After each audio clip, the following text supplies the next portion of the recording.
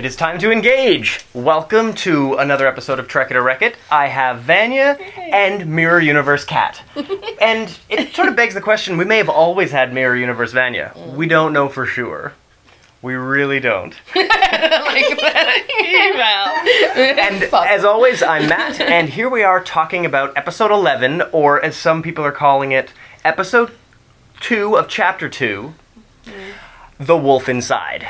This is our second full episode in the Mirror Universe on Discovery, which has been exciting. It's lived up to some expectations. It's sort of turned some expectations on their head. So, without further ado, let's get into this episode. Vanya, what did you think of this strange new version of so many characters that we got to see in this episode? We got to see a Mirror Vok, a Mirror Sarek.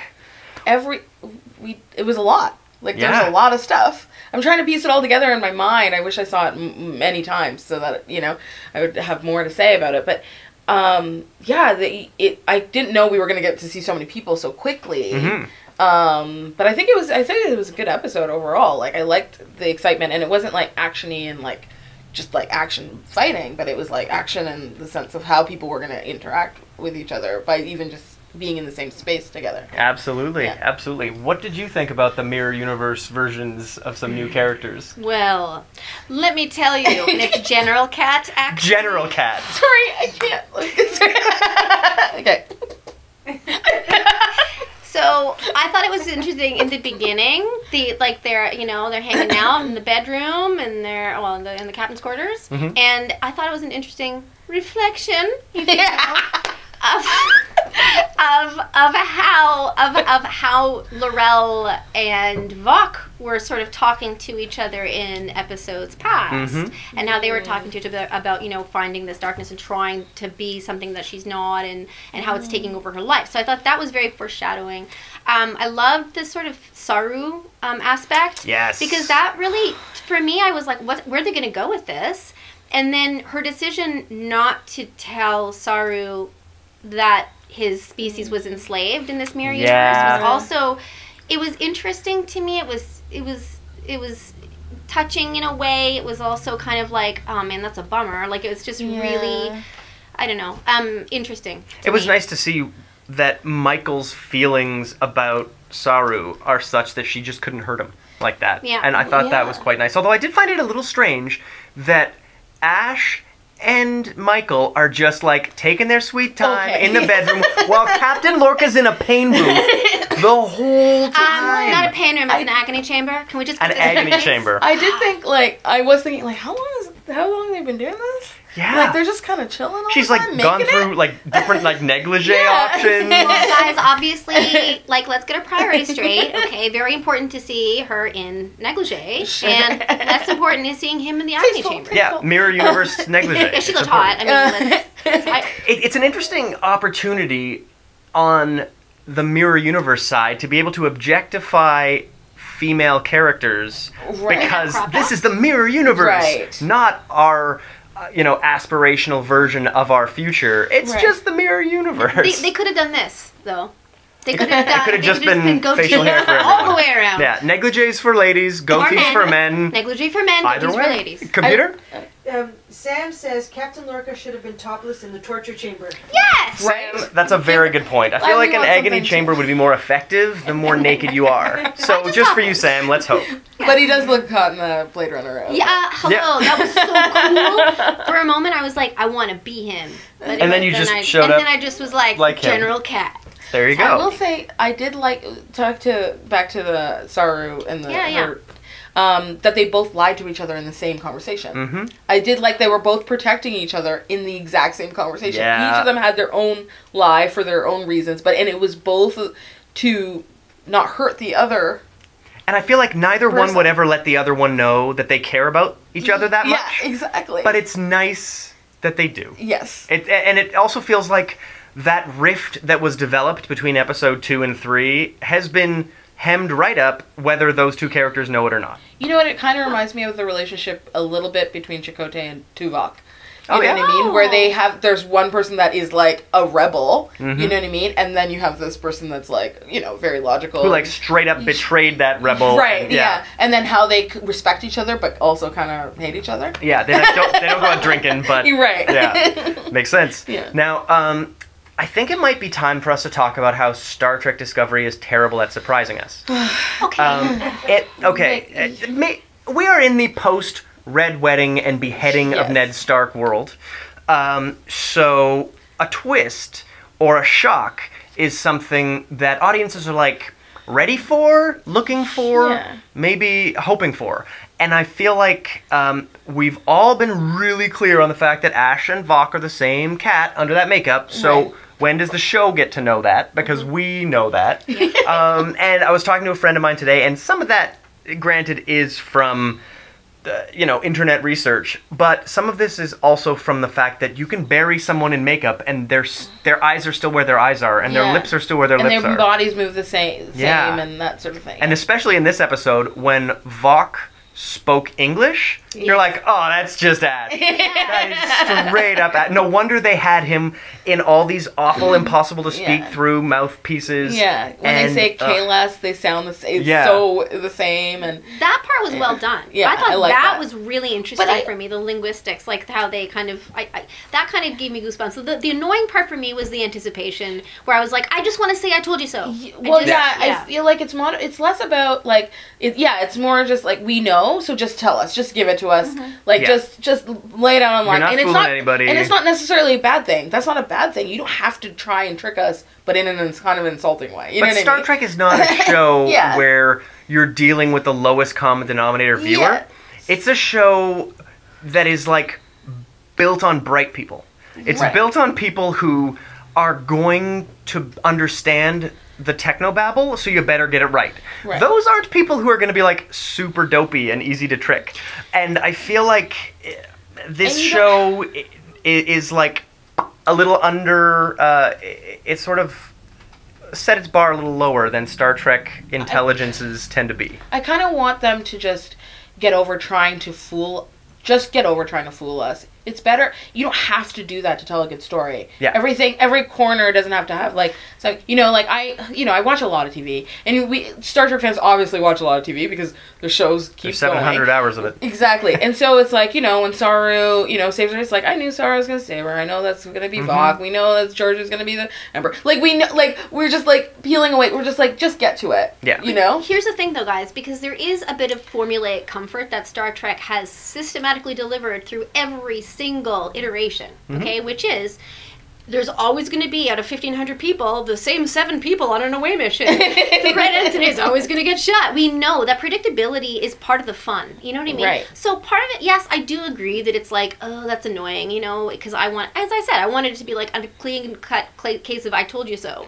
But at the same time, I was like, oh, they're really doing this and having fun with it. But I feel like there's an important difference between pastiche story elements and a 9-episode plot arc that we were 8 episodes ahead for. That's what I mean. Like, just cut to the chase, because it becomes insulting then, right? Yeah, if I was ahead by an act, if I was ahead by 15 minutes, if I was ahead by a commercial break, I wouldn't be like shaking my head at the show for half of its run. Right. And I feel like that is something that Discovery, if it's going to be a surprise you show on the level of Game of Thrones, there's a lot of other stuff you need to bring up to that level. Computer?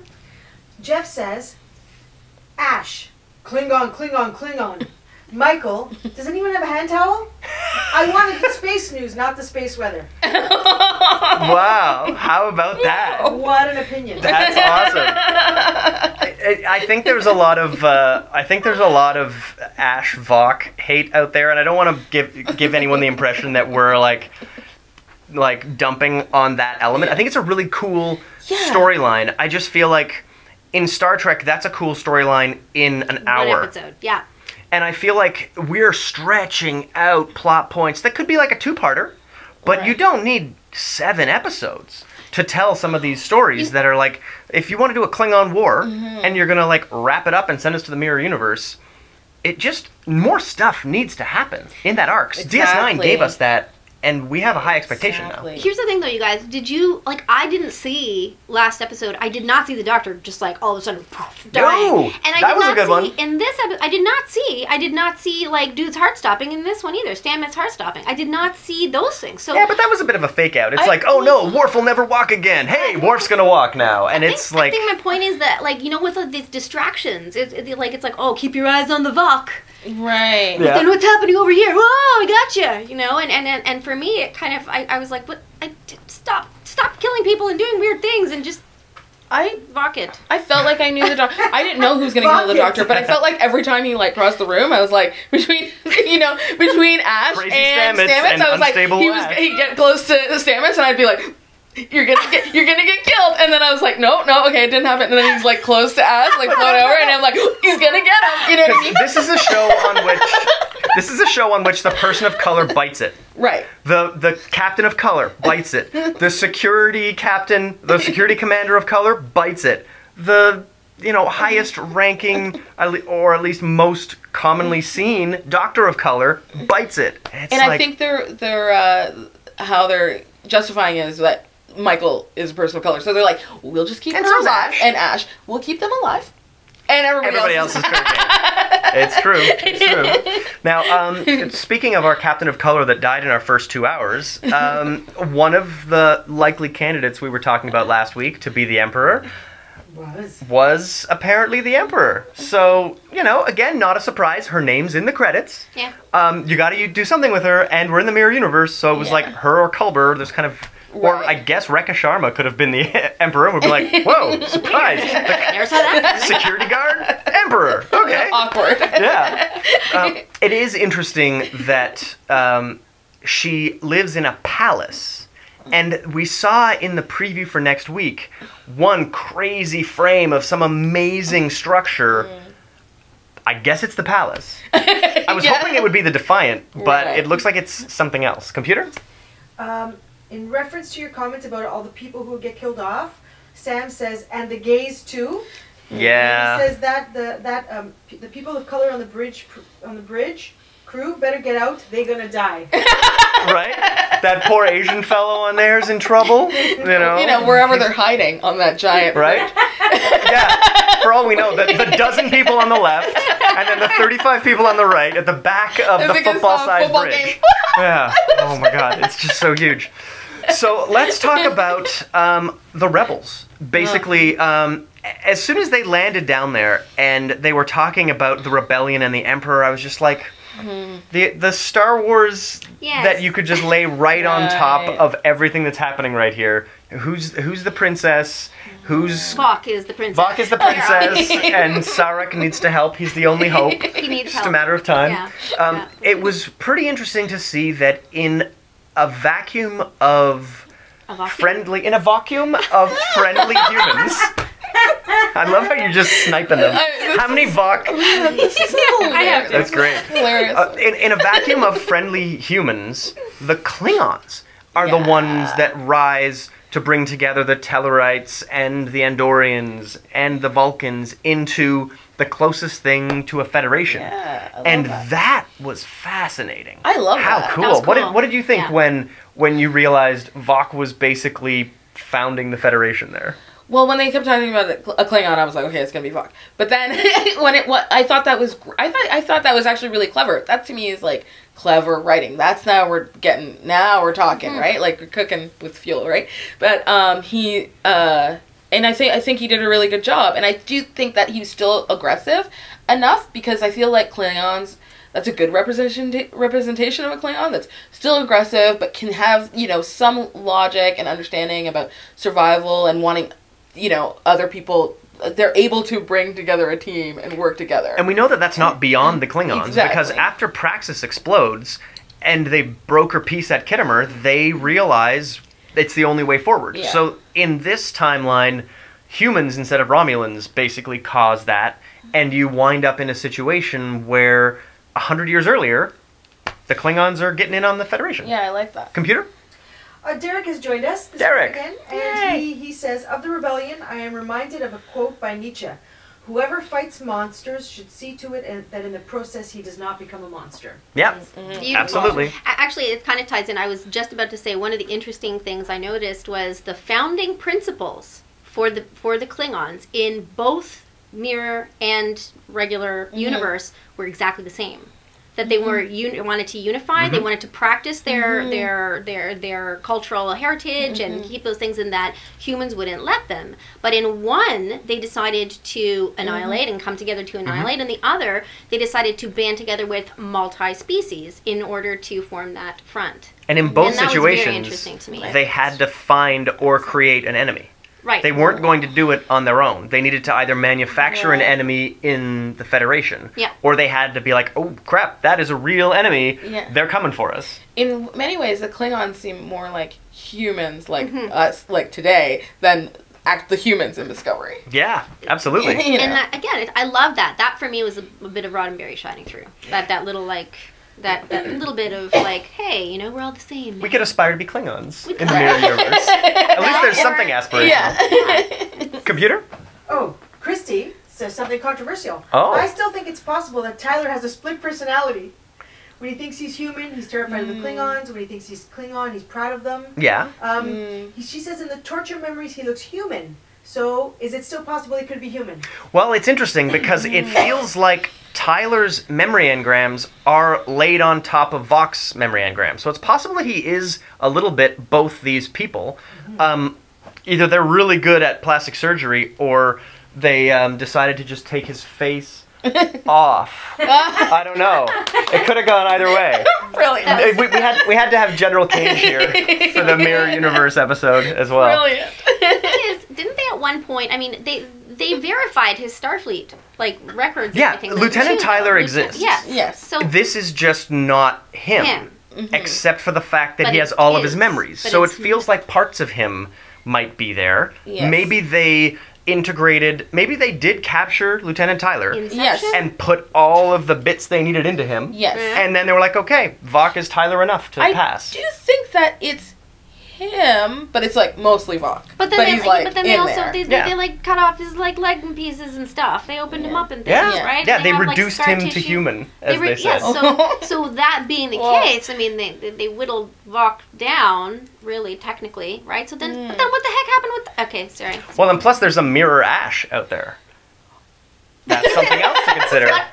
Where was I? Right? Of course, where's he? Wasn't the point? Wasn't Mirror Ash Voq?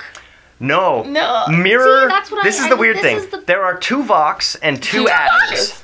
Oh! Wait a minute.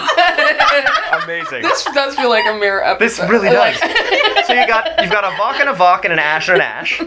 And so Ash in our universe was captured by the Klingons at the Battle of the Binaries and killed and somehow put into Voq. Or Voq was put into him, some combination of the two of them. Sure. Into Voq. Now on this side, we have an Ash and a Voq that have theoretically never even met. Right. So in the mirror universe, there's an Ash just kicking around. Yeah. So Which I where totally he forgot is, about him. He's like the only person I forgot right? about. And he'd be on whatever ship he was assigned to before, theoretically, since everyone is still on their own ships. Yeah. Except for, I guess, who would be on Discovery other than Tilly? I guess Tilly and Stamets, but almost like most of that bridge crew, other than the robot face. So many of those people came from the Shenzhou, so it's hard to say who is now booting around in our universe on the actual ISS Discovery, going, like, running amok in our universe. Like Culber would be there? Culber would be there, I imagine, yeah. And then I guess the actual chief medical officer that we met in one episode, who had, like, a line. And then, yeah, robot face. And then, I guess that's it. And Wilson Cruz has actually confirmed that he comes back. That he's coming back. Cool. Oh, really? Well, and I mean, whether it's Stamets using his magic to bring him back from the dead, or Mira Culber is like a really nice doctor. Wait a minute. We forgot to talk about Sporeland. Oh, Magical Sporeland, where two Pauls talk? Yeah. Two Paul, yes, the two Pauls. Hey, Paul. We're finally, what's up, Paul? Where Anthony Rapp's like, finally I get to I get to talk to myself. like be walking the around. only and reason I'm in Star Trek. Like I got to be speaking again, not just opening my eyes and saying weird stuff. Yeah. Weird question now. If even I guess no, because we just talked about how evil people would be good, right, in Mirror Universe, or not. Here's the thing. If the a doctor universe, is a doctor is a doctor. I don't. not I really, think it's because cut and then- dry. I don't think it's too cut and dry. No, because I forgot because Phlox was also Yeah, like, Phlox was still like a gnarly doctor. gnarly doctor. But I was just wondering what happens in Happy Sporland, you know, with in the two Happy doctors. Sporland. Yeah, The two well, doctors. hopefully we get to see more than one Paul, more than two Pauls. It'd be cool to see all of the Pauls Right. from all of the universes, because we've seen so many different timelines and universes on Star Trek. There was that Worf episode where you saw like hundreds of Enterprises. Right. Oh, I love that. Yeah, it was a great yeah, episode. yeah. I just feel like there are so many universes that the mycelial network could connect. It would be interesting to see some more of them. You know what's going to happen is like in 2 episodes, Paul Stamets is just going to wake up and he's going to be like, it was all a dream because it's all in his head, right? All technically. I'm just joking. I'm like, please no. No, don't do that I just thought it was hilarious. But Anthony Rapp, I think he really nailed. He had hardly anything to say, and I think he nailed it. Like being like Mirror Stamets, he was so confident. And Yep. He was awesome. Like, he just walked in and he said one sentence, and he was so like. He really sold that character. Well, and remember how when Paul started Yeah. to first get into the network, He had his his character changed. Yeah. I feel like he got that groovy personality from Mirror Paul. Yeah. So maybe Mirror Paul is awesome. I think And Mirror Paul's a pretty cool regular dude. Paul Yeah. is And a regular dork. Paul's sort of a dick. Yeah. Yeah. But then here was my weird question is he keeps on saying like, oh, the enemy, you know, and it's like, okay, cool. So if you're a Mirror Universe Paul, then the enemy would be Vok. Wait, who's the enemy? Wait a Or if minute. they're both Or if they're connected to both, the they're- mycelial yeah, they're network, both- then it's the enemy of the mycelial network. That could be what we're talking I about. think Because we'll see- ultimately, the mycelial network needs to be destroyed. Because Yes. every Star Trek ever has no idea what you're talking about, Paul. So, unfortunately, it's all doomed. You all die. Spock, in 10 years, doesn't even know that his sister was a mutineer. So, all of this has to be burned to the ground by the end of it. Computer? Sonia says, Happy Sporland sounds more plausible than Spore Travel. Yes. Happy Sporland just sounds like a place Mario would like. and she appreciates Matt explaining he meant mycelial network. Now everything makes sense. Ah, okay. Awesome. Oh. So I'd like to get into this whole Mirror Universe Vulcans always have a goatee thing. Because it happened on Enterprise with the ambassador who was like a lowly, ensign, but of course had the goatee. And on this one, for the first time, we had the actor grow his actual facial hair out. Oh, It looked a little different than we're used to. Use some eyebrow filler for God's sakes or Right? something. I mean, come Look at how on. effective that is. Come on. The strange thing for me was that he's got such a bushy beard. Yeah, it's fluffy. Yeah, it's Yeah. like a scouring pad, but it's very thick. But it feels like every other time we've seen the facial hair of a Vulcan, it's always been like applied in makeup, so it's like long and like Fu Manchu. I like it. Very Yeah, glossy. exactly. Very glossy. Yeah. It's got a nice sheen to it. But yeah, this was different. And it also begs the question, if Sarek is like a leader in the rebellion, how does his son rise to power on the Terran Empire Right. as a second in command of like a flagship? If your dad is such a bad dude. Right. Darth Vader's a pretty bad dude, and Luke Skywalker was, Rebel. so it's like, maybe, but it just seems a little strange. It does. Yeah.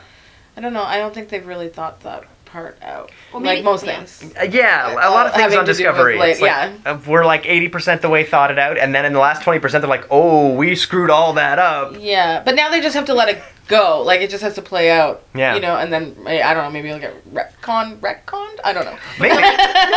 Mirror Universe, guys. The other Mirror Universe. Well, the mirror universe where you can see everyone's midriff. Yeah, Like, that's right. another mirror universe, Yeah. clearly. Yeah. Speaking of midriffs, when Hoshi Sato decided to attack the Emperor in Enterprise Sure.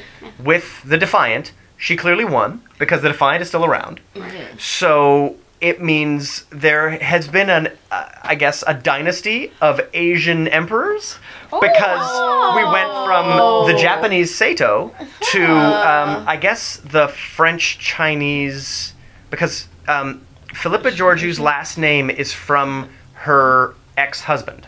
Oh, okay. So Philippa is a French name, Yeah. but she's clearly of Chinese descent because the actress is Chinese. Right. So there's been like this cool Asian power that's taken over the Terran Empire. And I mean, for all we know, I like it. Philippa is the emperor that they're talking about in the first Mirror Universe episode. Right. That's very cool. That would be the emperor back then, which is I pretty like neat. that. Yeah. Now, it was fairly obvious that she would be the emperor, but were either of you disappointed when it was her?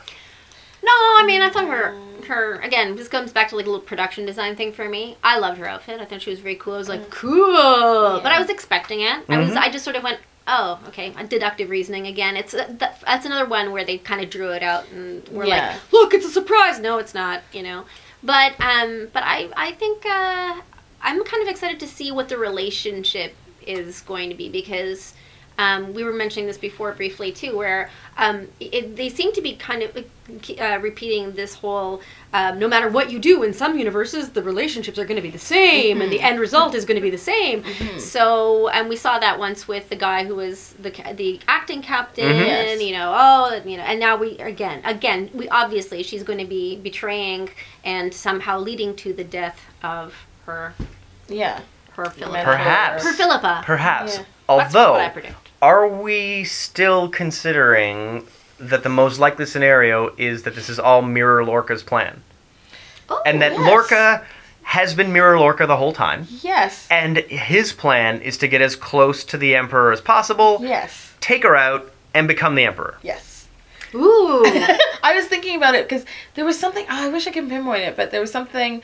There was one time when him and Michael were having a conversation, and he was kind of like, yeah, like he kind of looked a little shifty. Yeah. And I was just like, that's because you're Mirror Lorca. You know what I mean? Straight It up. was something. It was one thing where she was talking about. Oh, you're because you've been hurt. You're not Yes. thinking properly. And I was kind of like, no, he's thinking just Perfectly fine. clearly. Yeah. Yeah, because he's not who you think he is. You know what's really weird too is you know how she comments in this one, even the light is different, and he's Yeah. constantly he's like maybe the light is different. But he hasn't. Maybe He hasn't seemed like it was bothering him. And hasn't been bothering him in this particular location. Computer?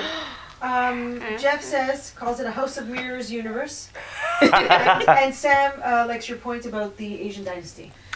Yeah. Yeah, it's quite agrees with very it, cool. likes it. It's quite cool. I like the idea that emperors from our like modern history, we've kind of only had Asian emperors. Right. So let's keep that going. I liked having Michelle Yeoh back because before they even had a captain for Discovery, before we knew the cast and everything, Michelle Yeoh was in my top 3 Awesome. That's so picks, cool. and I was like, oh, and then she died, and so it's happy. I'm happy to have her back. yeah. It's good to have her back on the show. I mean, her character was kind of disappointing because she sucked it down so fast. Right, So yeah. now, hopefully, this emperor doesn't lose fast. Yeah. Because then it would just be like Michelle Yeoh's lot on Star Trek is to Lose show up fast. and lose in an episode. Yeah. And that would suck. So here we are, episode 2 of chapter 2, which is only 6 episodes long. Do we think that this is just a Mirror Universe arc that's going to take us to the end of the season?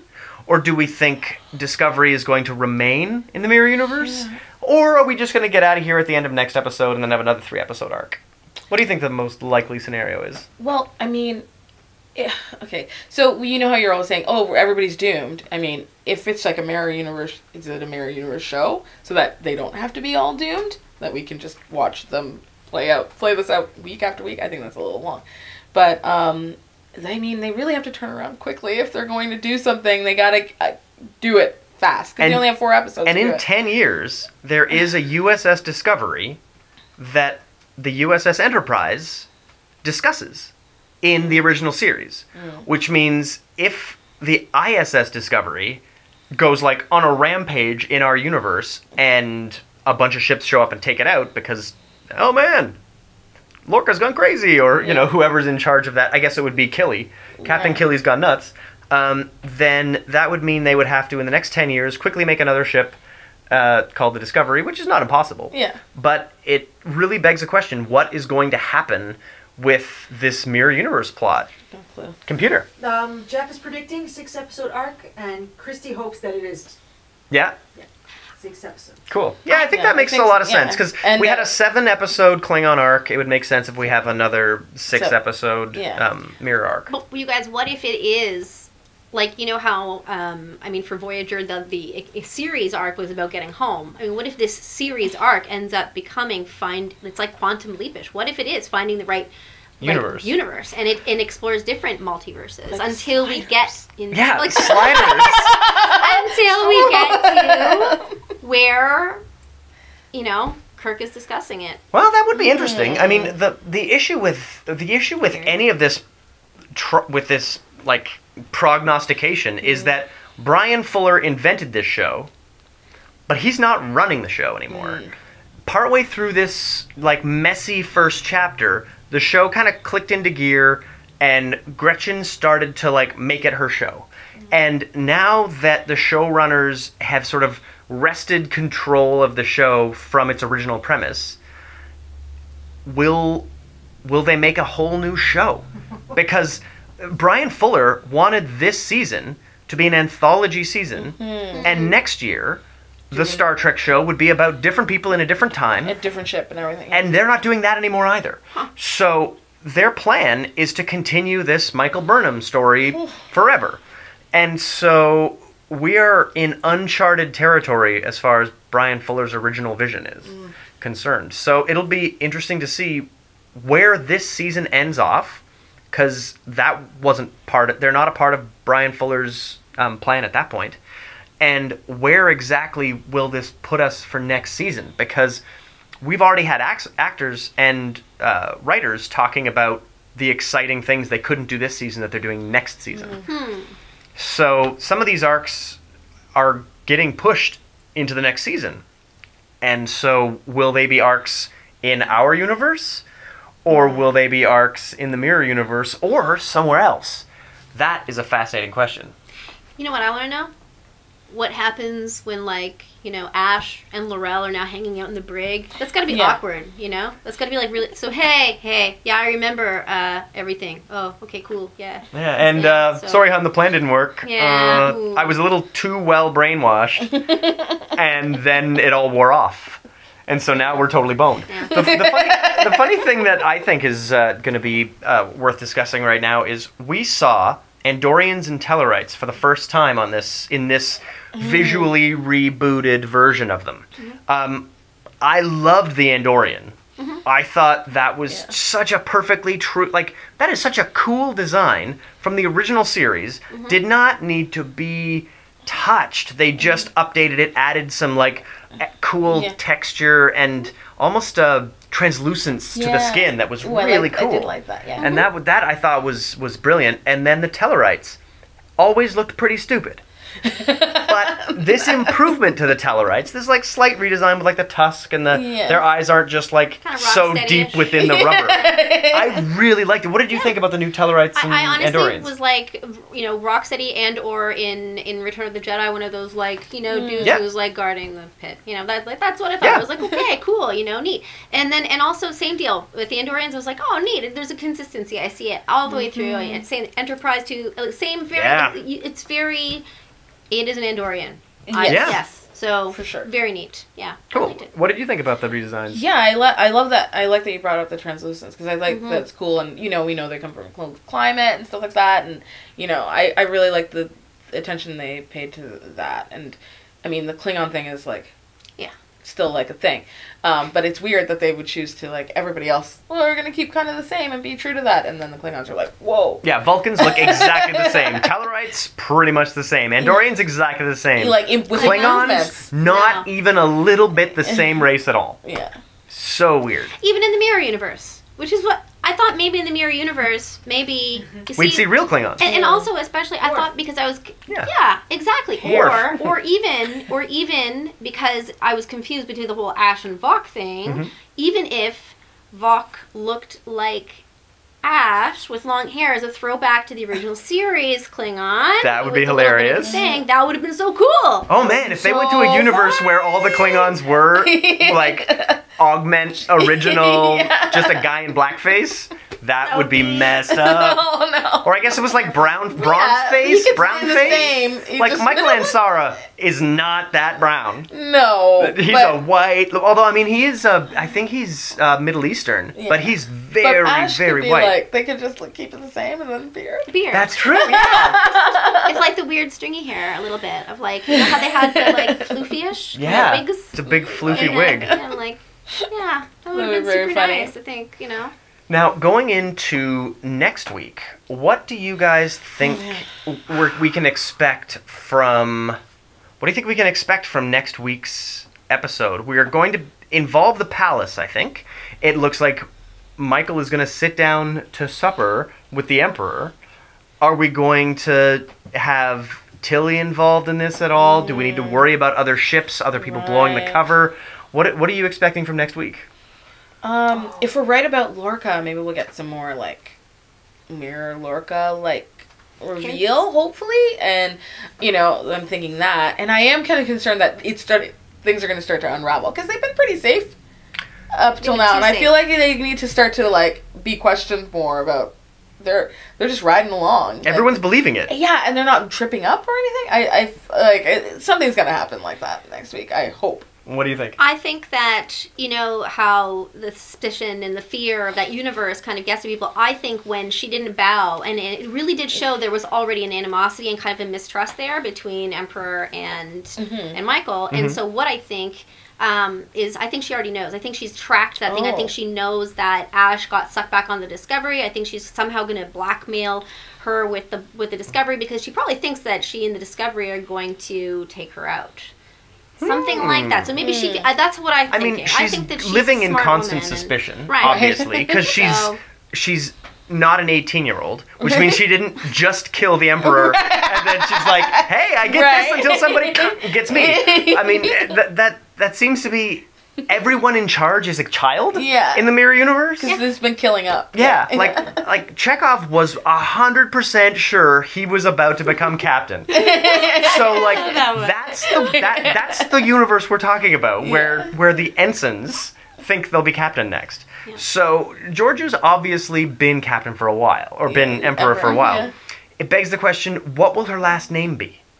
Would the Emperor have taken her husband's name? She just has like the name Emperor. That's it. It's like Cher, you know. Yeah, that would make sense. Or if it was like the line of Satos, like it was just everyone is Emperor Sato, like Caesar. That would be cool. That would be super cool. Computer? How about the retaliation from the rebels? Yes. What just happened when the Emperor showed up and wiped out the rebels? Did Sarek and Vok get off the planet? Right. Or were they all just wiped out and that's it? No, I think they made it. I hope. I mean, there was enough time there. Yeah. They could have, There was a lot of time. There was a ton of time there. Yeah. You know, they could have easily... They had time to punish... They had time to have a conversation with Ash. Yeah. Have Ash turn into Vok. Have Vok get capital punished. Yeah. And then she winds up on the bridge. So, like, that's enough time to scramble and get out of there. Yeah. It wasn't like they had been told, you guys have like 48 hours before you need to get out of here. Yeah, no, like, I'm still downloading my favorite song. Still syncing my iPod, guys. I think they knew they had to hustle. Yeah. I thought it was pretty cool when she sent the info, like, with Ash. Yeah. That was smart. I really enjoyed that. I thought that was pretty badass. Yeah.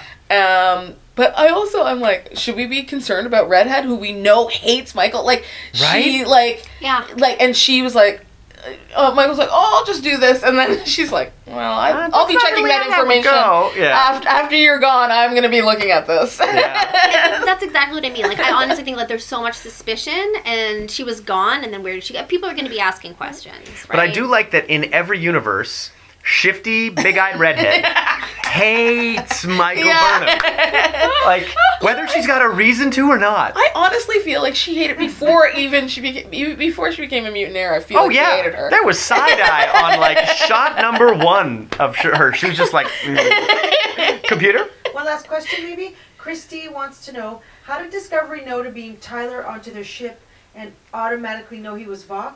Was there a secret transmission? Right? That was the one thing that when Burnham went over there and just like, no, I will kill him myself, and then did it. It's not like she had time to compose an important memo. I feel like we missed. There's a piece of time missing where she's like, I just have to go to my quarters and take a leak, and then she's like, Totally. Yeah. I think you're right. Over, check right pocket. Yeah. He's on his way. There was way too much information for that to be just surmised by Saru. What if Saru in this universe was not? What if he was posing as a slave, and what if he was really a rebel? Because how did he just show up all of a sudden and be hey? The thing about Saru that I really enjoyed in this episode, nameless slave who became Saru. I liked that one moment of respect that Michael Burnham accidentally paid to Saru because she genuinely respects him. Is probably the only reason Saru came to her rescue. Like, if any other time, nameless Saru would just assume this shithead I have to look after, if this one dies, the next one's going to be just as bad, no big deal. But in that moment, when he could have let Ash kill her, there was a glimmer of respect that he knew he would probably not get from the next one to take her out. So I thought that was really quite beautiful. Computer? Yeah. You might like this. Derek says, the events of this episode remind me of what was going to happen to the Hulkins. The Hulkins. The peace-loving Hulkins. That's true. That's fascinating. Yeah, those poor Hulkins. They would have totally bitten it on that in Mirror Universe land. It's true. Yeah, it's true. Oh, Halkins.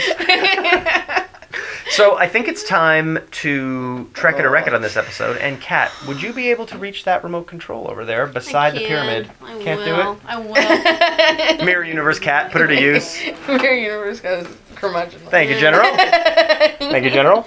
All right. Let's trek it. Let's wreck it. Let's talk about, did we go... Did this go all in Trek It or all in Wreck It? Vanya, what do you think? Man, Discovery, you got a special place in my heart. I'm gonna say you trekked it, like I always do. But basically because of those human moments between her and Saru, and I liked her speech in the beginning, like about not becoming a monster and that sort of thing. It did trek it, but there are some things that I still feel like I'm reluctant about. But I'm still gonna say it trekked it. I'm gonna commit, like I always do. I always commit, regardless of my reservations. It's a Trek It. All right. General Kat, trekked it or wrecked it? So if I say it trekked it as Mirror Universe Cat, does that mean I wrecked it? I don't know. Crap. I don't know. That's a fair question, which means there's no wrong answer for you. You can go either way. Are all my trekked it's all just Mirror? Oh man, Vanya's trekking it all this time.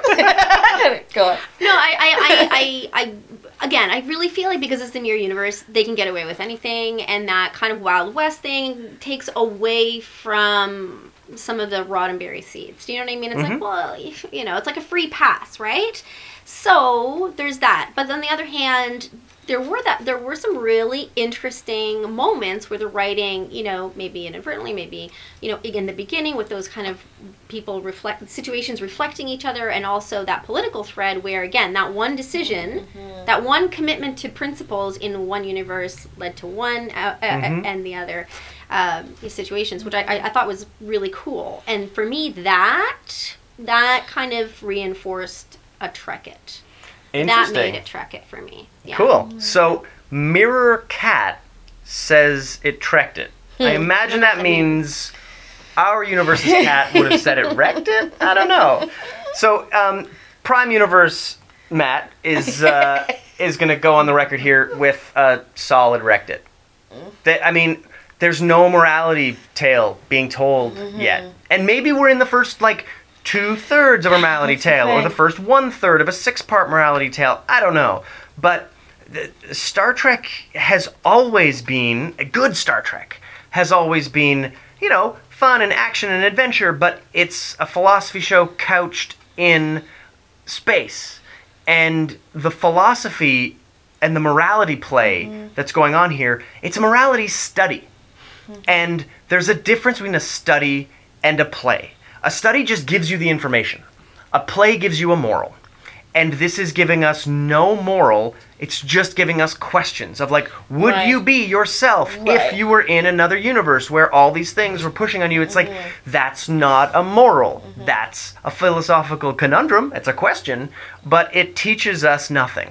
Right. And I feel like the closest thing to a moment of teaching that happened in this was that moment of respect that Michael paid to Saru by accident, leading to her surviving. I feel like that's the closest thing, and that was like the, not the A, not the B, not the, that was like the D storyline. There was 2 scenes strung together. The main story of this is just not a morality play, and I find that disappointing. It is definitely challenging, and I'm always holding out hope of a longer arc that tells us what this is about. But yeah, I would challenge that even the conversation that she has with Vok, like on the planet, that the questions that she asks. But again, we're also asking questions and not actually watching something play out. Yeah, we're not watching people learn. We're not watching choices be made that result in a clear moral play. Well, in Happy Sporeland, things are different. What else? But I still say Trek. You stand by Trek it? Yeah, I always do. I always make a decision and I stick with it. I like it. I like it. I will admit, I did. I really was. I have to say this just because there were production details that aside from the beard, that kind of made me go, oh guys.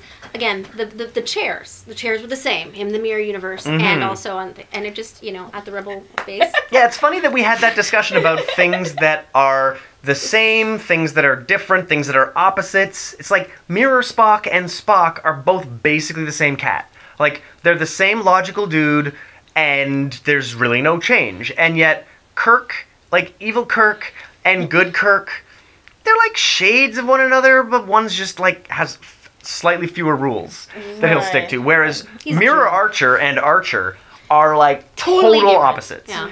And then you look at someone like the ship designers. They're apparently exactly the same, except on the Shenzhou they were like extra guns where the deflector dish was, and it's you better hope that when the Discovery flipped there wasn't like extra guns missing on the Discovery, that they're like, hey, you got the ISS right, but you're missing like all the new torpedo bays, So we didn't talk about Saru, like Mirror Saru, that much, because we talked about his position, but we didn't talk about like his personality, like if they're different, like how they're different. Because we didn't learn a lot. But I mean, is he good? We is he just enslaved, or is he good? I feel like his threat ganglia are just out all the time. I was to say, why wouldn't his threat ganglia be out all the time? Unless on he's the just planet, so used to it, he's just be like always, Yeah, you would have to be so threatened. Someone would have to have a knife at him for him to be like, oh yeah, of course I'm threatened. Of course not. Yeah, it's hard out there for Saru. Oh, I'm wondering if Saru is going to find out what Mirror Saru is like. Yeah. That would be interesting. I mean, there were only so many mirror versions of people that could meet each other. And we haven't seen a lot of that historically. We've seen Kira meet herself. We got to see Vok meet himself. It was the same actor, but they looked different on account of the makeup not being there. Computer? Okay, a few things. Christy says it trekked it even though it wasn't traditional. Fair. Sonia and Jeff are commenting on the struggle between the real universe crew to maintain their moral code in the mirror universe, specifically Michael's struggle. Yeah, it's an interesting struggle that Michael is having to deal with, because Michael has to act like a cutthroat bastard, but not actually be one. Whereas when you look at Janeway's struggle on Voyager, she was trying to maintain at all times Federation decorum. Right. And it was fascinating when she just couldn't. In this case, it's more along the lines of, every time Michael is being Michael, she's herself, she just feels really bad about having to act like Mirror Universe Michael here and there. But she still has that strong Vulcan foundational kind of learning, which is interesting because for her, that seems to be her center. It's not morality or ethics. It's just, it is that logic. And so reason, I think that's why we feel that it's that morality study as opposed to the play, because everything is presented as sort of, it is presented to an intelligent audience in that way. It is like we're asking questions. Maybe you can answer it. I don't know. That was sort of where. And if her logic seems to be representative of that. And I like that Sarek recognized that oh my God, this human who should be horrible is so perfect because she was trained by me. I thought that was a really neat sort of thing. It's like, oh, this one's great. They actually cut a musical number out of that. But they did. That would have been nice. If it was meant to be Fuller's like anthology, then maybe it is like one giant, like it's like a movie, like a 15 episode movie, and it's instead of each episode that we're used to, episodic Star Trek, where we get what it's about in every episode, we're just gonna get it all like at once. That's a really good point, because if it was an anthology and we knew that this 10-hour chunk or this 15-hour chunk was all the time we were going to spend with this group, here's the moral story. That would be one thing. But because we're being told this 15-hour, not 22, not 24-hour, this 15-hour story is going to be all of it, and then you're going to get another 15 hours or whatever, then it just feels like not quite Star Trek. But unless it's like seasonal, like it's like The Wire, you know what I mean? Where each season has is built around this one thing, you know what I mean? And every season it's gonna like we're gonna finish the season and it's not gonna go over to the next season. We're gonna get the whole entire picture. Well, then it begs the question: if the first 2-hour pilot plus the next 7 hours was the Klingon War, what did we learn? What was the moral play? Right. Unless they're taking something. Unless they need to be in the mirror. I need a vocation. Yeah. Unless they need to be in the mirror universe to learn something about their own universe. Which so is they're bringing something back. Yeah, that is something that they were getting at in this episode. Yeah. The idea that whatever it is that made these Klingons willing to collaborate is what Michael needs to bring into our universe so that the Klingons will collaborate. Yes. And maybe that will be why the hot war turns into a cold war by the time the original series begins. Right. So they've got 10 years to sort that sort of uneasy alliance peace situation into being. Kat? Computer. Something funny. From Jeff, did Sarek see his clean-shaven self in the mind meld? Did he think, that's a good look for me? Yeah, it's like, maybe I should go clean again. Yeah, because it's so fluffy. I hope, that's one thing about the Mirror Universe. It's sort of like seeing yourself with different hairstyles. You can be like, oh man, the cleavage works on me. Okay. Exactly. Yeah, it's like I like this crazy shaven straight hair. All right, Tilly, it's a good look. Except Vok feels really gypped. He's just like, again?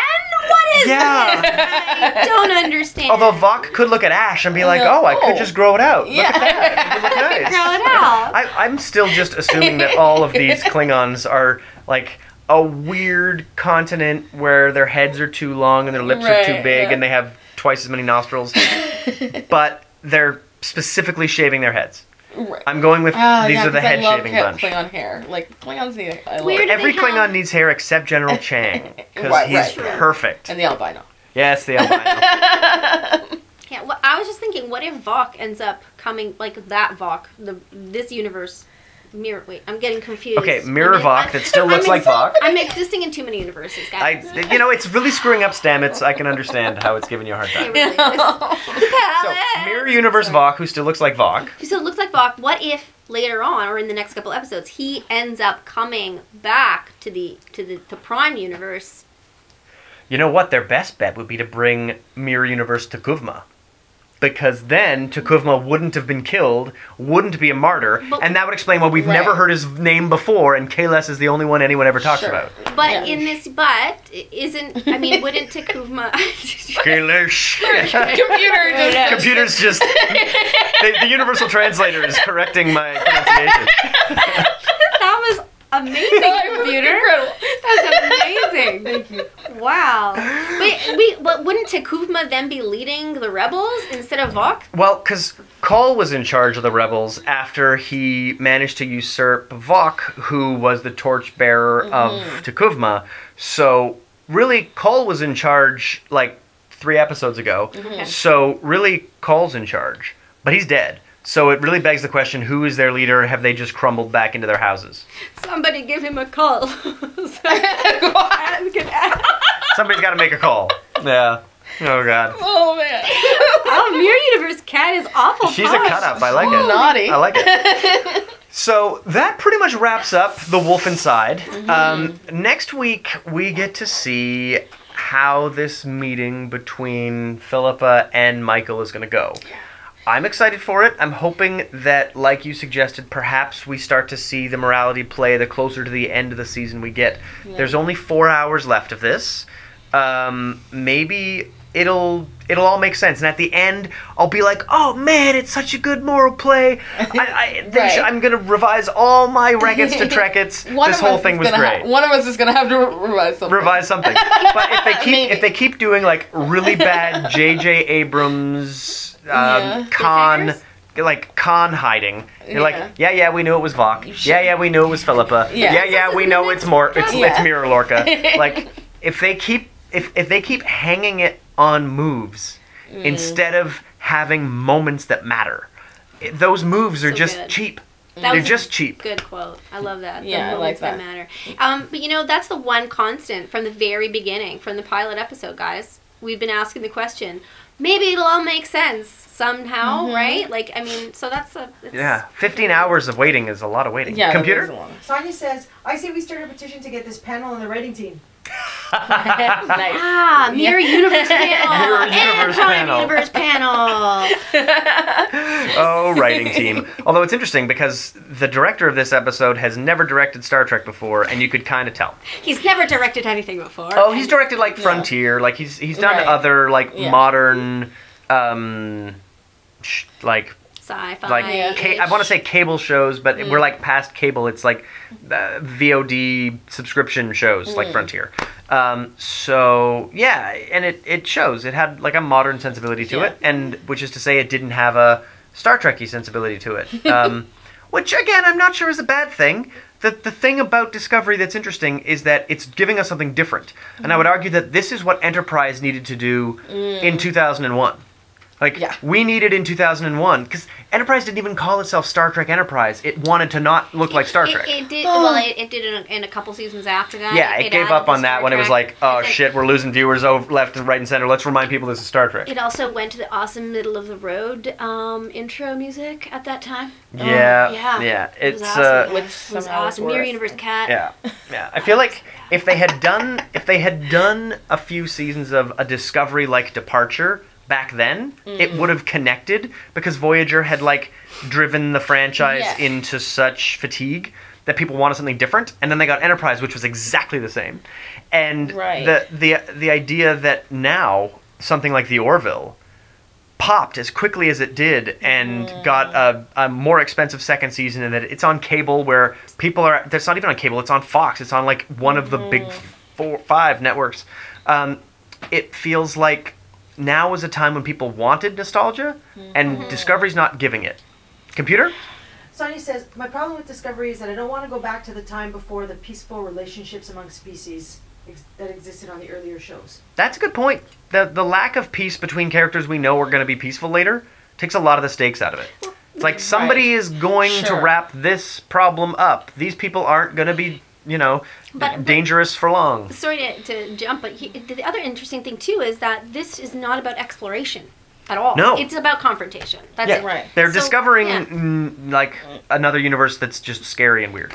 And I think what would help it is if we even got to know the characters more, like the actual crew. Yeah. Like if we were, even involved with them more as a team. We never really got to meet Robot Head. And they never really we don't get to see them like gel really. We've learned to like them because we keep seeing them, but they're not like the other crews, right? So even that's not the same. So, Yeah, like Voyager had a crew that got along faster, and they were And we knew basically everybody. hunter and prey. Well, that on was day part one. of the problem of Voyager, though, got along a little too is that, easily. yeah, exactly. I was like, oh, well, okay, all right, because Gee golly, we're fine. everything's going good. That's like, You're just except going to for- wear different pips, Yeah, and we're just going except to for be like, Suter, okay. except for Suter and Seska, we're fine. Yeah. That's about it. That was problematic. Anyway, guys, that is episode 11. So we're excited for episode 12. It'll put us halfway through the second chapter of Discovery's first season. I'm not understanding why any of this is broken the way it is, but it is. So we will see you in a week. Thanks for pitching in, joining in, being a part of this conversation. If you're catching this not live, if you're watching it on highball.tv or watching it on YouTube, then hey, you should join us on Facebook Live. We do this on Mondays. We do this on Mondays at 9. And we'll be back next week. We're looking forward to seeing you then.